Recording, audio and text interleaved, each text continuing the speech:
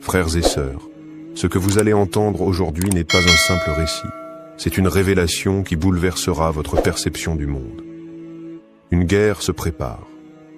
Pas n'importe quelle guerre. La bataille finale, celle annoncée dans les prophéties, entre Israël et le Mahdi, le sauveur de l'islam. Des signes sont déjà là, visibles, concrets. Et peut-être la date de cette bataille prophétique est plus proche que vous ne le pensez. Abonnez-vous dès maintenant à La Foi islamique. Activez la cloche pour ne manquer aucun épisode, car ce que nous allons vous dévoiler est d'une intensité rarement entendue. Bismillah ar-Rahman ar-Rahim.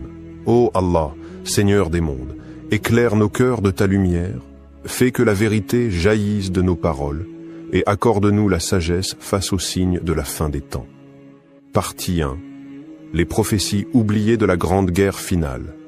Imagine un monde plongé dans les ténèbres, un monde où la vérité devient mensonge, où l'oppression règne sans honte, et où les justes sont traqués comme des criminels. C'est dans ce décor chaotique que les prophéties islamiques annoncent le début d'un affrontement que nul ne pourra éviter. Ce n'est pas une guerre comme les autres. Ce n'est pas un simple conflit d'intérêts politiques. C'est une bataille spirituelle, une épreuve ultime entre la lumière et l'obscurité, entre la fitna et la guidance. Le prophète Muhammad n'a jamais parlé en vain. Lorsqu'il évoque les derniers temps, il nous avertit d'un ennemi déterminé, enraciné, ancien. Un ennemi qui a toujours cherché à détourner les croyants du droit chemin. Parmi les figures de cette confrontation eschatologique, un nom revient, voilé mais central, les Banu Israël. Attention, ici, il ne s'agit pas du peuple dans son ensemble, mais d'un système spirituel et politique opposé à la souveraineté d'Allah sur terre. Les textes anciens, souvent délaissés dans nos mosquées, parlent pourtant avec clarté. Des recueils comme ceux d'Al-Nu'aym ibn Hammad, Ibn Majaz ou Abu Daoud nous décrivent le retour d'un homme juste, caché, inconnu du peuple, mais choisi par Allah pour restaurer l'équilibre, le Mahdi. Les hadiths nous révèlent qu'il n'apparaîtra qu'à un moment de désespoir collectif, lorsque les injustices auront atteint leur paroxysme. Les tyrans domineront, les rois vendront leur peuple, et la voix des opprimés semblera s'éteindre. Mais c'est précisément à ce moment que le Mahdi se lèvera, porté non par l'ambition, mais par le destin. Selon les rapports, il sera reconnu à la Mecque entre la Kaaba et le Maqam Ibrahim. Les savants, les pieux et les sincères le reconnaîtront non pour sa richesse ni pour sa force militaire, mais pour la lumière dans ses yeux et la justice de ses paroles. Puis viendra le moment du grand départ. Le Mahdi avancera, accompagné d'hommes au cœur pur, vers Al-Quds, Jérusalem. Une ville mentionnée encore et encore dans les textes sacrés. Une ville qui, dans les derniers temps, ne sera plus simplement un lieu de culte, mais le champ de bataille finale entre la vérité et la tromperie. Ce que beaucoup ignorent, c'est que Jérusalem ne sera pas juste une terre occupée. Elle deviendra le centre de la résistance à l'ordre divin.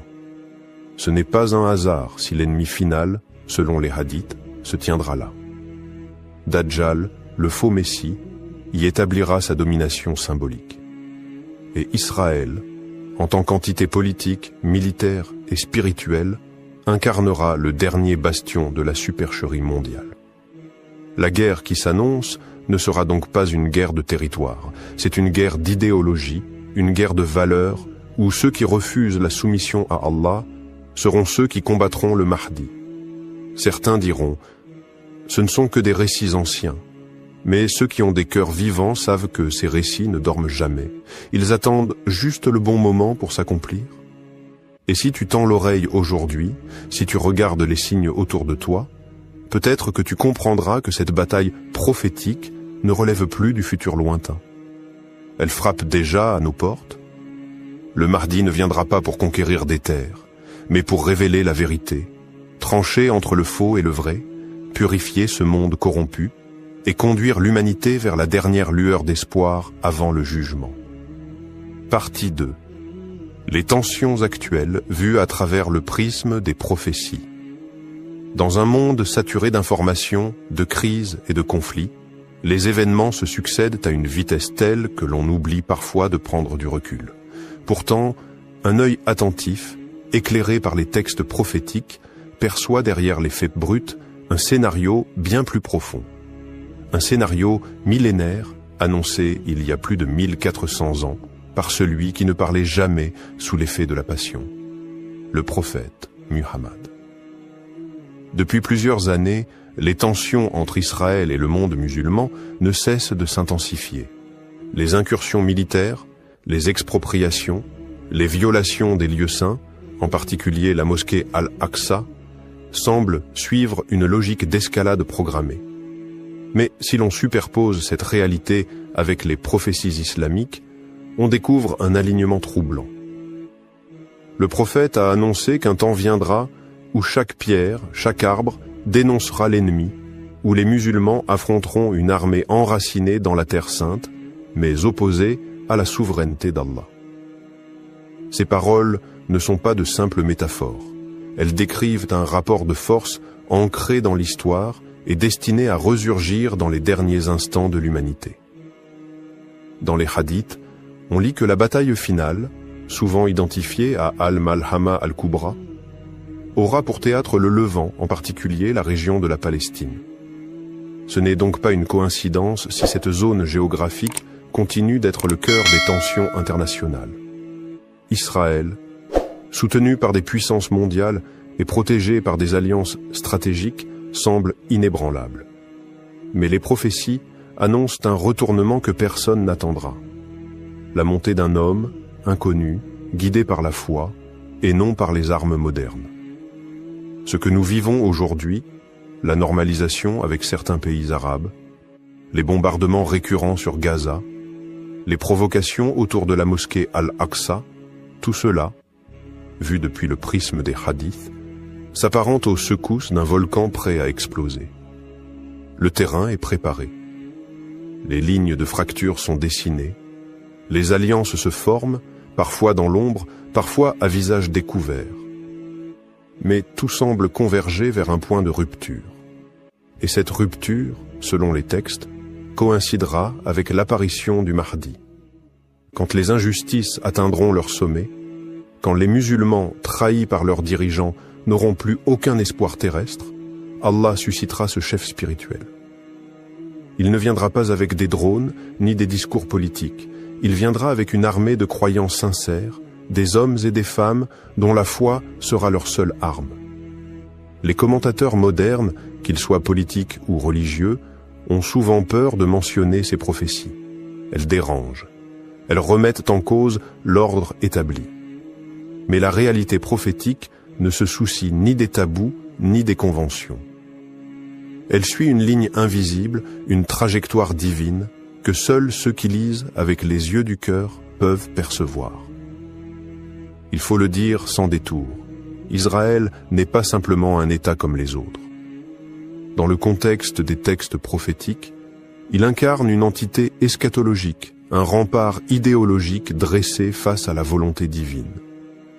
Et c'est pourquoi les tensions actuelles doivent être analysées non seulement avec des cartes géopolitiques, mais aussi avec les hadiths et les versets qui nous ont été laissés comme boussole. Car si l'on écoute attentivement, au milieu des cris, des bombes, des discours, une vérité silencieuse résonne déjà. Ce que nous voyons aujourd'hui n'est pas la fin, mais l'annonce du commencement. Partie 3. Le Mahdi face aux armées d'Israël. Tactique, lieu et alliant. Imaginez la scène. Le monde est au bord de l'effondrement. Les superpuissances vacillent, les alliances s'effritent, les peuples s'agitent. Et dans ce chaos, une lumière se lève. Une bannière noire venue de l'Est fend les ténèbres. À sa tête, un homme simple, au cœur pur mais au destin exceptionnel, le Mahdi. Ce n'est pas une fiction, c'est un avenir prophétisé dans les sources islamiques.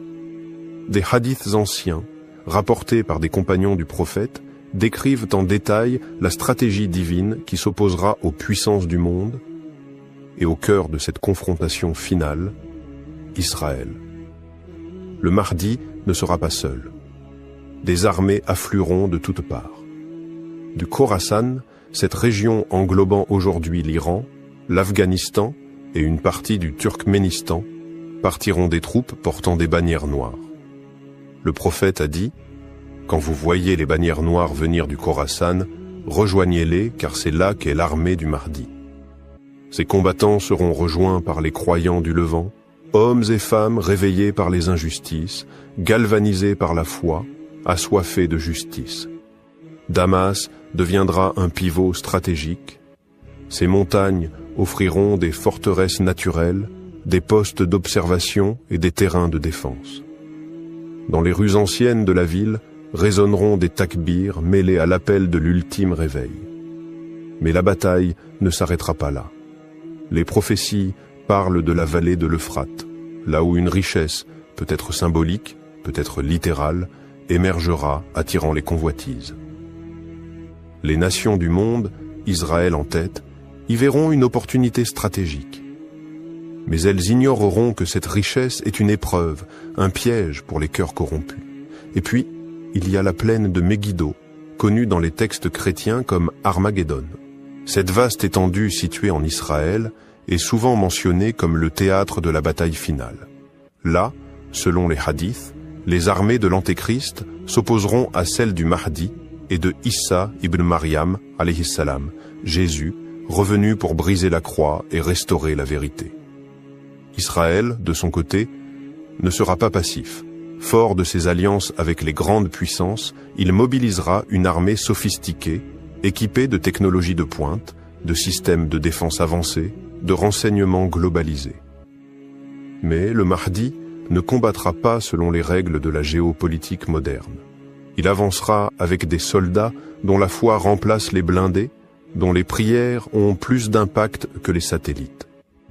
Et c'est ici qu'intervient un hadith troublant. Le moment viendra où même les pierres et les arbres diront « Ô musulmans, il y a un juif derrière moi, viens le tuer ». Ce hadith, souvent mal interprété, ne doit pas être compris comme un appel à la haine ethnique, mais comme une métaphore puissante. La création elle-même se dressera contre ceux qui défient la vérité. Tout dans l'univers sera mobilisé pour faire triompher la justice. Car cette guerre, malgré les apparences, ne sera pas simplement entre des nations ou des peuples. Ce sera une bataille entre le faux et le vrai, entre un monde fondé sur le mensonge, l'illusion, l'usure et l'injustice, et un monde rétabli sur la lumière, la foi et la droiture. Chaque pas du Mahdi, chaque cri des fidèles, chaque déploiement stratégique sera inscrit dans une logique divine, rien ne sera laissé au hasard. Ce ne sera pas la victoire du plus fort, mais la victoire de celui qui est avec Allah. Et alors que les grandes capitales du monde s'effondreront dans la panique, que les alliances vacilleront comme des châteaux de sable, la bannière du Mahdi flottera sur les ruines du mensonge. Partie 4. Vers une date possible. Convergence entre science et révélation. Peut-on vraiment entrevoir l'horizon d'une guerre prophétique annoncée ? Peut-on tracer, ne serait-ce que l'esquisse, d'une date qui verrait s'affronter les forces du Mahdi et celles d'Israël, dans un cataclysme spirituel et militaire jamais vu? La question est grave, presque audacieuse. Le prophète nous a avertis. Celui qui prétend fixer une date pour le heurement. Et pourtant, les signes s'accumulent. Le sable du temps s'effrite et les événements mondiaux convergent. La science et la technologie jouent aujourd'hui un rôle central dans le basculement de notre époque. L'avènement de l'intelligence artificielle, capable d'anticiper, de simuler, de gouverner presque, transforme les relations humaines, les rapports militaires, les perceptions du réel. ChatGPT, robots autonomes, surveillance généralisée, armes pilotées par algorithmes, nous entrons dans une ère de contrôle total où la vérité devient programmable. N'est-ce pas là une forme de fitna, un chaos numérique qui prépare les esprits à la confusion? Le climat aussi parle. Feux géants, inondations dévastatrices, températures records, Certains hadiths mentionnent des bouleversements environnementaux parmi les signes précurseurs. L'heure n'arrivera pas avant que la terre n'ait vomi ses trésors et que les catastrophes ne se multiplient. Ce qui était rare est devenu quotidien. Le ciel devient hostile, la terre instable. Un avertissement muet mais pressant. Et puis il y a Israël, au cœur de toutes les attentions. Son expansion continue, sa position dans la géopolitique mondiale, ses relations avec les grandes puissances, tout semble indiquer qu'il joue un rôle déterminant dans l'échiquier de la fin des temps. Le regain de tension à Jérusalem, la montée du sionisme messianique, les appels à reconstruire le troisième temple, chaque événement alimente la crainte d'un choc eschatologique. Al-Quds, épicentre des prophéties, brûle d'une inquiétude silencieuse.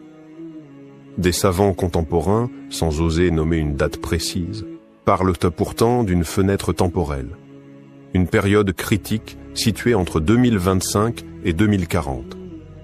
Le savant Muhammad al-Arifi évoque une génération où la majorité des signes mineurs seraient déjà apparus.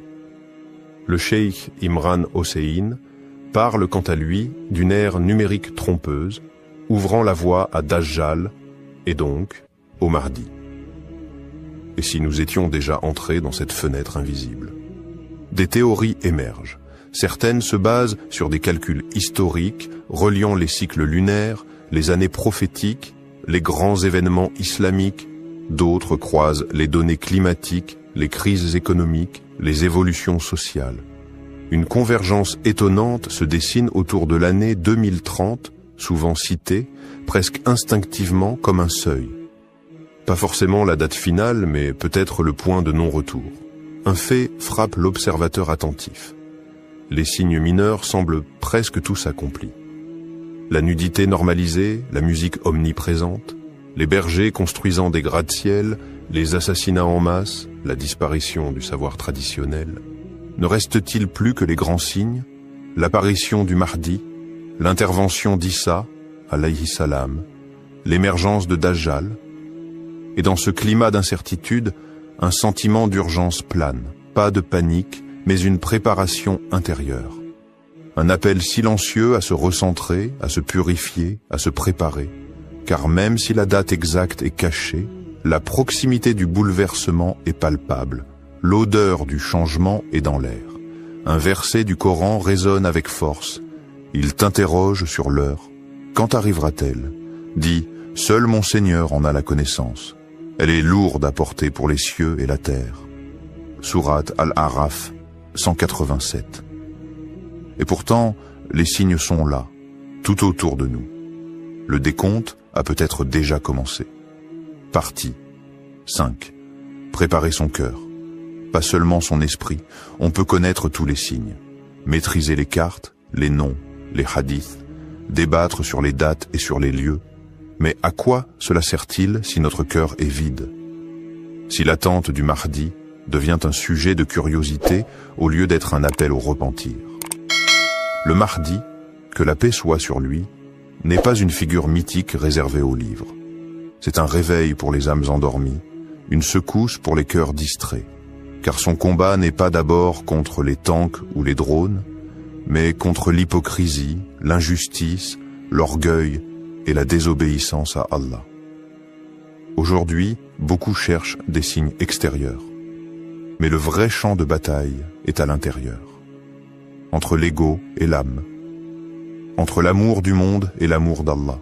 Et cette guerre-là, nous devons la livrer dès maintenant, bien avant que la grande bataille finale n'éclate. Car les compagnons du Mahdi, ceux que les hadiths décrivent comme les meilleurs hommes de leur époque, ne seront pas des guerriers ordinaires. Ce seront des hommes et des femmes de lumière qui auront purifié leur intérieur, dompté leurs passions, pleuré leurs péchés. Des gens dont la foi brûlera dans la poitrine, humblement mais puissamment. Le prophète a dit « Il viendra un temps où s'accrocher à sa religion sera comme tenir une braise ardente dans sa main. » Ce temps, c'est maintenant. Et seuls ceux qui tiennent bon dans l'obscurité du doute dans l'indifférence du monde, pourront reconnaître la lumière du Mahdi. Es-tu prêt? Vraiment prêt? Pas à fuir vers le champ de bataille, mais à te lever avant l'aube pour prier, à dire non au péché quand personne ne te voit, à pardonner, à jeûner, à invoquer Allah avec sincérité. Le Mahdi ne cherchera pas les plus éloquents, les plus politisés, ni les plus suivis sur les réseaux. Il cherchera les plus sincères. Ceux qui n'ont pas attendu la fin des temps pour se réformer. Ceux qui n'ont pas mis leur foi dans les calculs, mais dans les larmes de la repentance. Et il faut le dire clairement, tout le monde ne sera pas choisi. Les hadiths parlent d'un petit groupe, minoritaire au début, mais pur, solide, fidèle. Des hommes venus d'Orient, de l'Occident, du Nord, du Sud, pas unis par une langue ou une origine, mais par le lien invisible de la taqwa, la crainte d'Allah. Il est temps de cesser de demander « quand viendra-t-il » et de commencer à se demander « suis-je prêt à le suivre si je le reconnais ?» Et encore plus fort, me reconnaîtrait-il comme un des siens?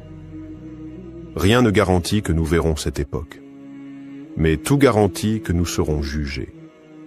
Et le Mahdi, dans ce jugement final, ne sera qu'un témoin parmi d'autres.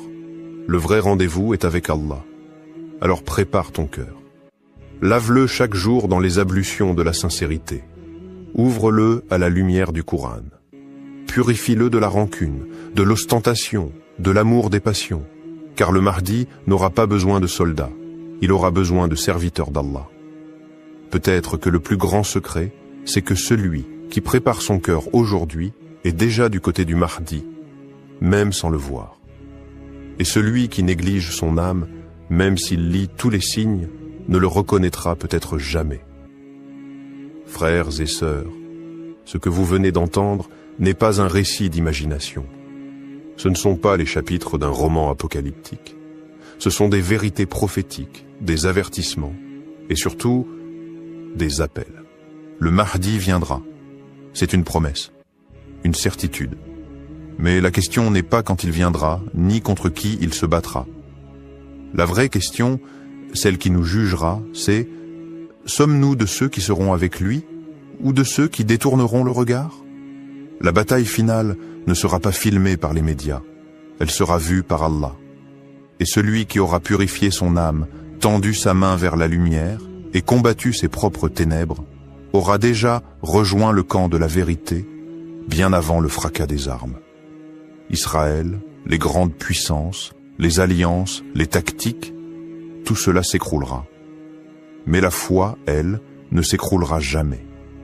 Et les soldats de la foi n'auront ni drapeau, ni slogan, mais la sincérité, la patience et la soumission à leur Seigneur. Alors ne partez pas de cette vidéo comme vous y êtes entrés. Réveillez-vous, purifiez-vous, approchez-vous d'Allah. Car le Mahdi ne vient pas pour satisfaire notre curiosité. Il vient pour séparer les croyants sincères des suiveurs de surface. Ô Allah, fais de nous ceux qui reconnaîtront la vérité quand elle viendra. Fais de nous ceux qui suivront ton serviteur, le Mahdi, avec amour et loyauté. Et ne fais pas de nous ceux qui auront les yeux ouverts, mais le cœur aveugle. Amin. Abonnez-vous à la foi islamique. Activez la cloche, car d'autres vérités spirituelles, prophétiques et puissantes vous attendent. Et partagez cette vidéo, car vous pourriez éveiller une âme endormie. Le combat approche. Mais la vraie victoire commence maintenant, dans ton cœur. Et si ce que vous pensiez connaître de Paris n'était qu'un voile? Et si derrière les projecteurs, les selfies et les touristes se cachait un secret lourd de signes prophétiques? Car aujourd'hui, nous allons lever un coin du voile sur un sujet explosif. La présence symbolique du Mahdi à Paris et le rôle mystérieux de la tour Eiffel dans cette équation. Ce n'est pas une théorie. Ce sont des faits, des symboles et des réalités que vous ne verrez plus jamais de la même manière. Avant de commencer cette plongée spirituelle et troublante, abonnez-vous à notre chaîne La Foi Islamique, activez la cloche et rejoignez cette Oumma avide de vérité, d'éveil et de lumière divine. Bismillahi Rahmani Rahim. Ô Allah, accorde-nous la lumière de la vérité et ne fais pas de nous des égarés dans un monde d'illusions. Amin. Partie 1. Un homme caché au cœur du visible Paris. Ville des lumières, disent-ils, mais quelle lumière?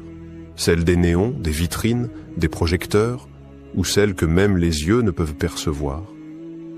Le Mahdi, selon les traditions prophétiques, ne viendra pas entouré de trompettes célestes, ni acclamé par les foules. Il viendra en silence, dans l'ombre, au cœur du tumulte, là où personne ne l'attend. Imagine-le un instant.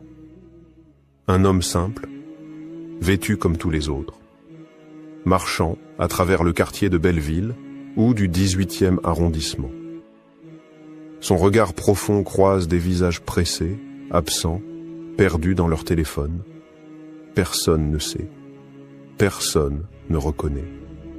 Mais Allah sait, et les cieux tremblent déjà à l'idée de ce qu'il porte en lui. Le Mahdi pourrait être dans cette rame de métro, debout parmi la foule, observant le monde autour de lui avec la tristesse des prophètes oubliés. Il pourrait écouter, en silence, les conversations vides, les plaintes du cœur humain, les cris muets des âmes qui cherchent, sans savoir ce qu'elles cherchent vraiment. Il pourrait tendre la main à un mendiant invisible aux yeux des passants. Et pourtant, ce geste anodin aurait un poids immense dans le livre des actes.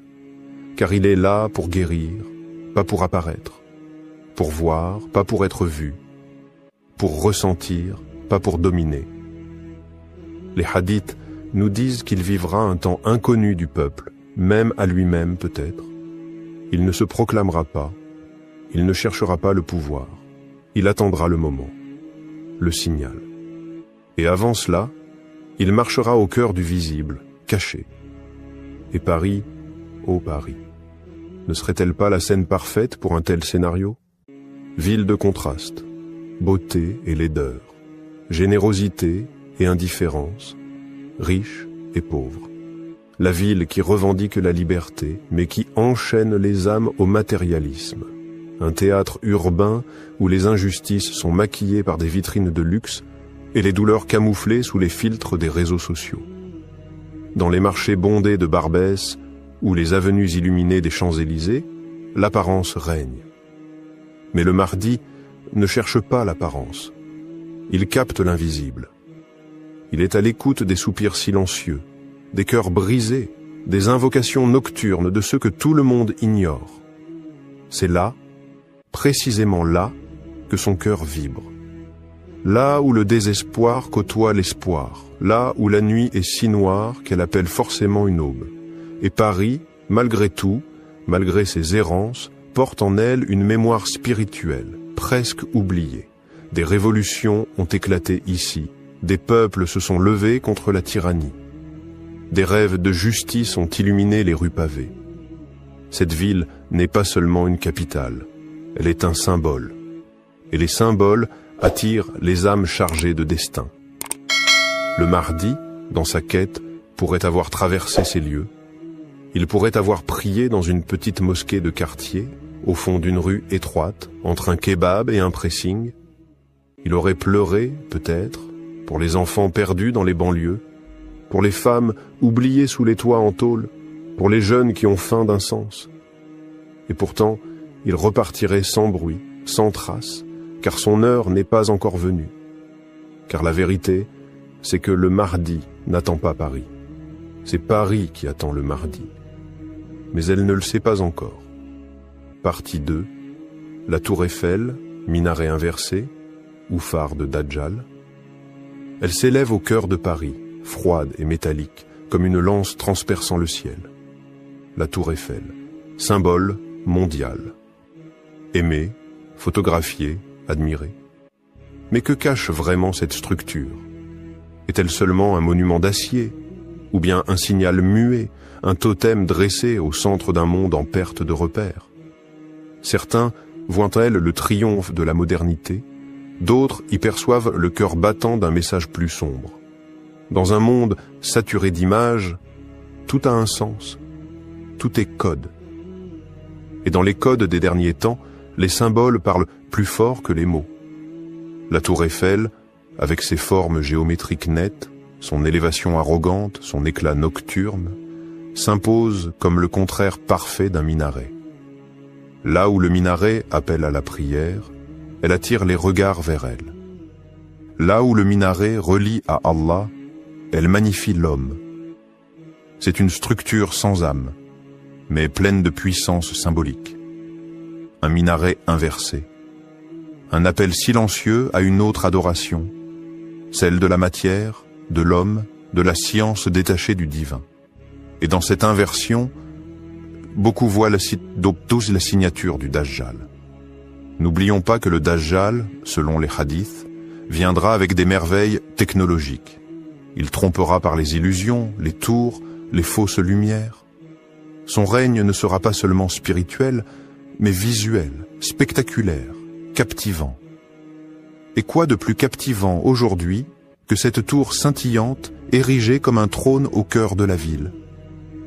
Des rumeurs persistantes circulent dans les cercles ésotériques, dans les écrits occultes, dans les discours alternatifs. Certains affirment que la tour Eiffel est alignée avec des lignes telluriques, des points d'énergie concentrés. D'autres prétendent qu'elle fut conçue pour canaliser des forces invisibles. Des théories, peut-être. Mais dans un monde où les symboles dominent, peut-on vraiment ignorer l'ombre qui plane derrière l'apparence? Et voici l'ironie divine. Le Mahdi pourrait très bien marcher à l'ombre de cette tour, sans y prêter attention. Là où l'humanité célèbre son orgueil, lui pourrait avancer humblement, portant dans son cœur la lumière de la vérité.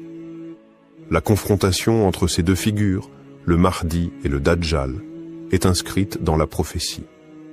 Et il est possible que Paris soit le théâtre de ce choc final, là où le phare du mensonge brille le plus fort. La tour Eiffel, avec ses lumières scintillantes, est-elle un simple repère touristique? Ou est-elle devenue, avec le temps, un repère spirituel inversé? Un phare qui n'attire pas vers la lumière d'Allah, mais vers l'illusion du progrès, l'adoration du visible, la négation de l'au-delà? Elle domine Paris comme une idole des temps modernes. Et pourtant, au pied de cette idole, les musulmans prient. Ils prient dans des sous-sols, dans des salles étroites, parfois même en silence, cachés. L'islam persiste. L'ombre du Mahdi rôde. Il pourrait passer là, un jour, s'arrêter, lever les yeux, et dans ce geste silencieusement, annuler le faux éclat de ce monument par la seule puissance de la vérité. Car si la tour Eiffel incarne le triomphe du matérialisme, le Mahdi viendra avec le triomphe du spirituel. Et ce face-à-face, invisible pour beaucoup, pourrait déjà avoir commencé. Partie 3. Les signes dissimulés dans la ville lumière. Et si Paris n'était pas ce qu'elle paraît être? Si derrière ces rues pavées, ces cafés éclairés et ces monuments prestigieux se cachaient des secrets bien plus anciens, bien plus profonds? La ville lumière. Un surnom étrange quand on pense que cette lumière est souvent celle des néons, des projecteurs et des vitrines, mais rarement celle de la foi. Pourtant, sous cette lumière aveuglante, il y a des ombres. Et dans les ombres, des signes. Commencez par ces arrondissements. 20. Un chiffre anodin, pas pour ceux qui savaient regarder. 20 années de silence pour le Mahdi, selon certains récits. 20 années où il serait parmi les gens, non reconnus, non révélés, observant, attendant, priant en secret. Paris, avec ses cercles concentriques, ses spirales d'arrondissement comme des couches de silence, peut-elle porter en elle le reflet de cette attente sacrée? Regardez ces ponts. Chacun traverse la Seine comme une veine vivante, reliant rive droite et rive gauche, histoire et modernité, visible et invisible. Ces ponts sont comme les isthmes entre deux mondes, les interstices où l'âme passe d'une conscience à une autre. Et si, parmi eux, le Mahdi en avait déjà traversé un, marchant d'un monde caché à un autre destiné? L'eau sous les ponts ne ment jamais, dit-on. Elle conserve les reflets du passé, et peut-être les traces de ceux qui passeront pour marquer le futur.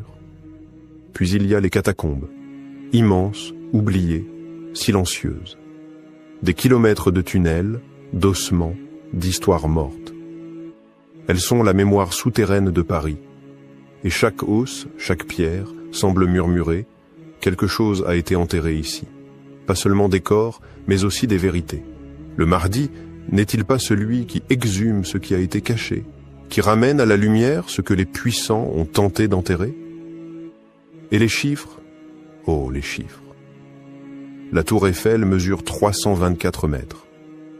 En numérologie islamique traditionnelle, 324 correspond à la somme symbolique de certaines lettres arabes liées à l'élévation, au réveil spirituel et à la fin d'un cycle. Coïncidence ou code? Dans un monde où les signes sont réservés au cœur éveillé, rien n'est innocent. 3 plus 2 plus 4 égale 9. Et 9 est le chiffre de l'accomplissement, de la fin avant un nouveau commencement. Certains chercheurs musulmans ont été plus loin.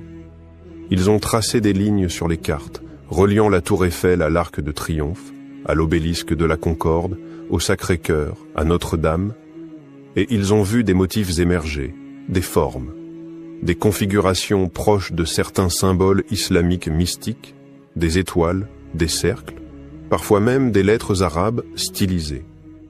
Le hasard peut-il dessiner la calligraphie sacrée?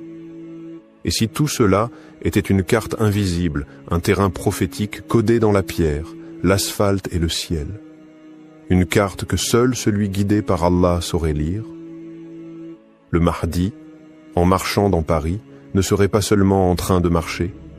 Il déchiffrerait, il ressentirait, il capterait dans chaque rue, chaque coin de mur, un message oublié.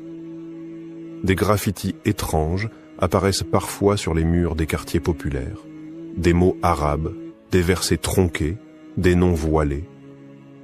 Et dans certaines mosquées discrètes, des anciens parlent de rêves, de songes dans lesquels un homme inconnu traverse Paris avec un regard de feu, un silence chargé d'étoiles. Et dans ce silence, les murs eux-mêmes frémissent, comme s'ils reconnaissaient enfin celui qui devait venir. Paris ne dort pas, elle veille. Elle se souvient, elle murmure.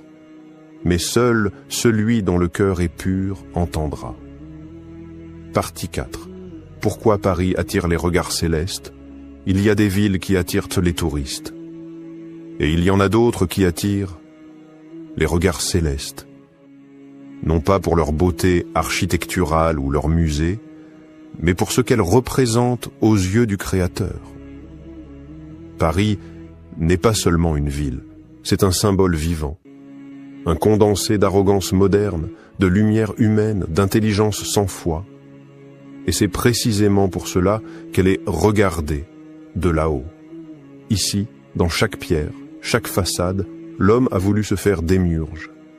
Il a bâti sans invoquer le nom d'Allah. Il a élevé des statues à la raison, fait du plaisir un dogme, du progrès une religion. Paris a tué le sacré pour ériger le spectacle.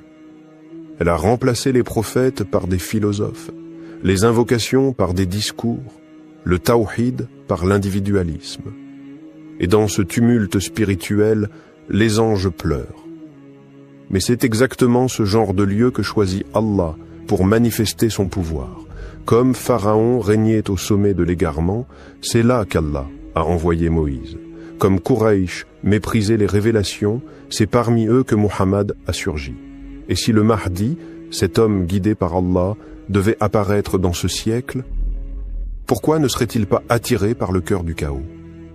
Paris est un miroir géant de la modernité. Un miroir qui reflète le narcissisme du monde. Elle fascine autant qu'elle déstabilise, elle attire, elle capture, elle étourdit, mais c'est justement ce miroir que le Mahdi viendra peut-être briser pour en révéler la fausse lumière.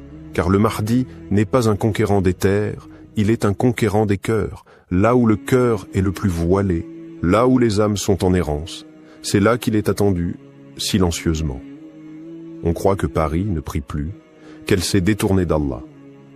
Mais sous cette surface dure, il y a des cœurs discrets, des invocations étouffées, des conversions secrètes. des gens qui pleurent à Hajj la nuit dans des appartements invisibles, qui récitent le Coran dans les couloirs du métro, qui parlent d'Allah dans les parcs, loin des caméras. Et si c'était pour eux que le Mahdi viendra? Pas pour changer les lois d'un État, mais pour ranimer les lumières d'un peuple qui n'a jamais totalement oublié. Et la tour Eiffel, cette flèche de fer dressée vers le ciel, symbole de puissance ou de provocation. Elle fut érigée pour l'exposition universelle, symbole du triomphe industriel de l'homme. Mais elle est aussi creuse. Vide à l'intérieur, une coquille géante dressée vers un ciel qui ne répond plus. Peut-être qu'un jour, cette tour ne symbolisera plus l'orgueil, mais la chute de l'illusion humaine. Ou au contraire, peut-être que le Mahdi en fera un signe, non pas en la détruisant, mais en y faisant résonner un appel à la prière. Ce serait un bouleversement, un retournement de sens, un rappel au monde entier que la lumière d'Allah dépasse toutes les lumières de ce monde. Paris, ville des révolutions, sera-t-elle aussi la ville d'une révolution spirituelle? Là où l'homme a voulu effacer Dieu, peut-il renaître un homme qui viendra rappeler son nom avec majesté, justice et miséricorde? Ce n'est pas une certitude, mais c'est une possibilité que seuls les cœurs éveillés peuvent entrevoir. Et ceux qui savent observer savent déjà que Paris ne dort plus. Elle attend. Partie 5. Et si le Mahdi était déjà passé par là? Et si nous avions déjà croisé son regard, sans le savoir?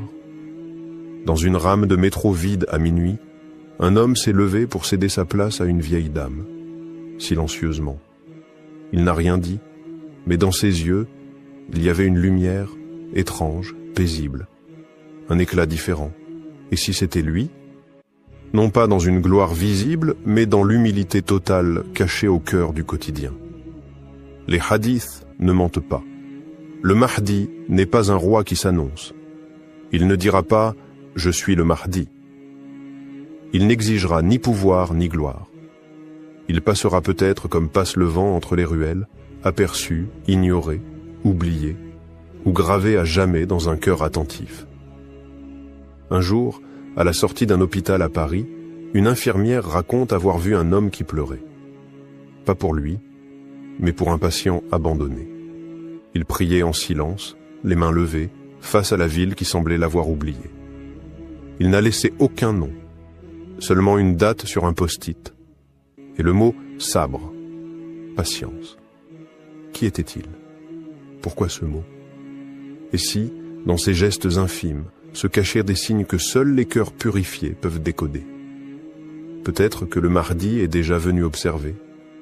Peut-être qu'il a marché le long de la Seine, qu'il s'est arrêté devant la mosquée de Paris, qu'il a prié seul dans un parc désert à l'aube.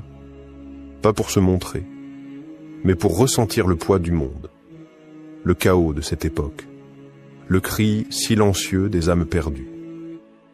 Il y a dans cette hypothèse une puissance bouleversante. Et si l'on vous disait, le Mahdi a déjà foulé ce sol, a déjà parlé à cet homme, a déjà tendu la main à cette femme sans abri, changeriez-vous votre manière de regarder les gens, de traverser votre ville, de saluer un inconnu dans la rue? Car c'est bien cela que nous enseigne l'islam. Les signes ne sont pas toujours flamboyants, ils sont parfois minuscules, subtils, presque invisibles. Mais pour ceux qui ont le cœur éveillé, chaque détail devient une onde prophétique. Paris, ville pressée, aveugle, bruyante, pourrait très bien avoir été frôlée par la grâce sans le savoir. Le Mahdi n'est pas un héros de film. C'est un homme réel, guidé, formé dans le silence, élevé dans les épreuves. Peut-être qu'un jour il a parlé avec vous. Peut-être qu'il a simplement prié pour vous sans que vous ne le sachiez. Et si Paris n'était qu'une escale, un repère, un lieu d'observation dans le vaste plan divin? Ce n'est pas à nous de le savoir avec certitude, mais c'est à nous de nous préparer. Car celui qui cherche les signes les trouvera. Celui qui purifie son regard reconnaîtra. Et peut-être qu'un jour, la tour Eiffel, ce monument de métal dressé vers un ciel silencieux, se souviendra qu'un homme, un jour, y a prié en regardant les étoiles. Et ce ciel, lui, n'a rien oublié. Et maintenant, réfléchis. toi qui regardes cette vidéo. Et si ce monde n'était pas aussi vide que tu le crois? Et si les rues que tu traverses tous les jours, les visages que tu croises, les instants que tu crois banals, étaient en réalité chargés d'un secret sacré? Le Mahdi n'est pas un mythe, il est une promesse, une lumière pour un monde qui s'éteint. Et Paris, malgré sa noirceur, malgré son orgueil, malgré ses erreurs, pourrait être un des lieux où cette lumière a frôlé la pierre, ou peut-être un jour l'embrasera entièrement. Ne regarde plus ta ville, ton époque, ton cœur avec indifférence. Car Allah place ses signes dans les endroits les plus inattendus. Et peut-être que la tour Eiffel, dressée comme un phare dans la nuit moderne, portera un jour le témoignage d'un passage silencieux, prophétique, inoubliable. Alors abonne-toi à la foi islamique, car ici, nous ne parlons pas juste d'histoire, mais de vérités que le monde refuse d'entendre. Des paroles oubliées, des révélations cachées, des signes du retour, like, partage, et fais rayonner ce message. Car peut-être qu'un jour, quelqu'un regardera cette vidéo et comprendra que le Mahdi était déjà là. Qu'Allah te guide, te purifie et t'élève au rang de ceux qui reconnaissent la vérité quand elle passe près d'eux. Amin.